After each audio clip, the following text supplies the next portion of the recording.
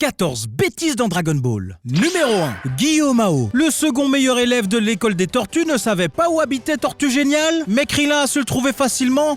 Il a une façon de traiter l'élite, lui. C'est horrible, pendant des années, il a plus vu. Numéro 2. Vegeta affirmait qu'il savait se transformer en Super Saiyan parce qu'il a le cœur pur. Purement méchant. Attends une seconde. Le principe du personnage, c'est pas justement qu'il est perdu entre son passé de Saiyan cruel et de terrien sauveur. Ça a été tout son arc en tant que Majin Vegeta. Le conflit intérieur. C'est le personnage le plus tiraillé de la saga. C'est l'inverse de pur. Bon, de toute façon, on n'en a plus rien à faire. Maintenant, on devient Super Saiyan comme on obtient des dragibus. Numéro 3. Krillin se faisait bolos dans son ancienne école, alors qu'il était capable de sauter plus de 2 mètres de haut, assommer un tigre à dents de sabre, courir 100 mètres en moins de 10 secondes et couper des cordes à main nue. Mais dans quelle école de fous furieux est-ce qu'un tel athlète se fait éclater? Numéro 4. Goku et Vegeta n'ont pas su faire assez de dégâts quand ils étaient à l'intérieur de boue parce qu'ils étaient trop petits. Depuis quand la taille affecte la puissance? Que vous soyez plus grand ou plus petit, vous êtes capable de détruire des systèmes solaires. Donc à cette échelle, vous devriez facilement trouer Boo. Excuse-moi, est-ce que Végéto ne lui avait pas troué la nuque là tout à l'heure en ayant la taille d'un bonbon? Ils ont défusionné et libéré ceux qui étaient absorbés par Boo. Donc les forces restent équilibrées. Qu'est-ce qui vous empêche de faire pareil? S'il y a bien un truc que Dragon Ball nous a appris, c'est que la taille du guerrier ne veut rien dire du tout. Numéro 5.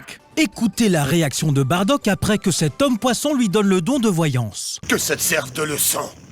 Tu n'es qu'un traître. Mec, tu viens d'exterminer toute vie sur sa planète et vous le faites brûler vif. Ça n'a jamais été ton pote. Tu sais ce que c'est un traître? Et parlons une minute de la VF. Écoutez comment ils appelaient les Saiyans.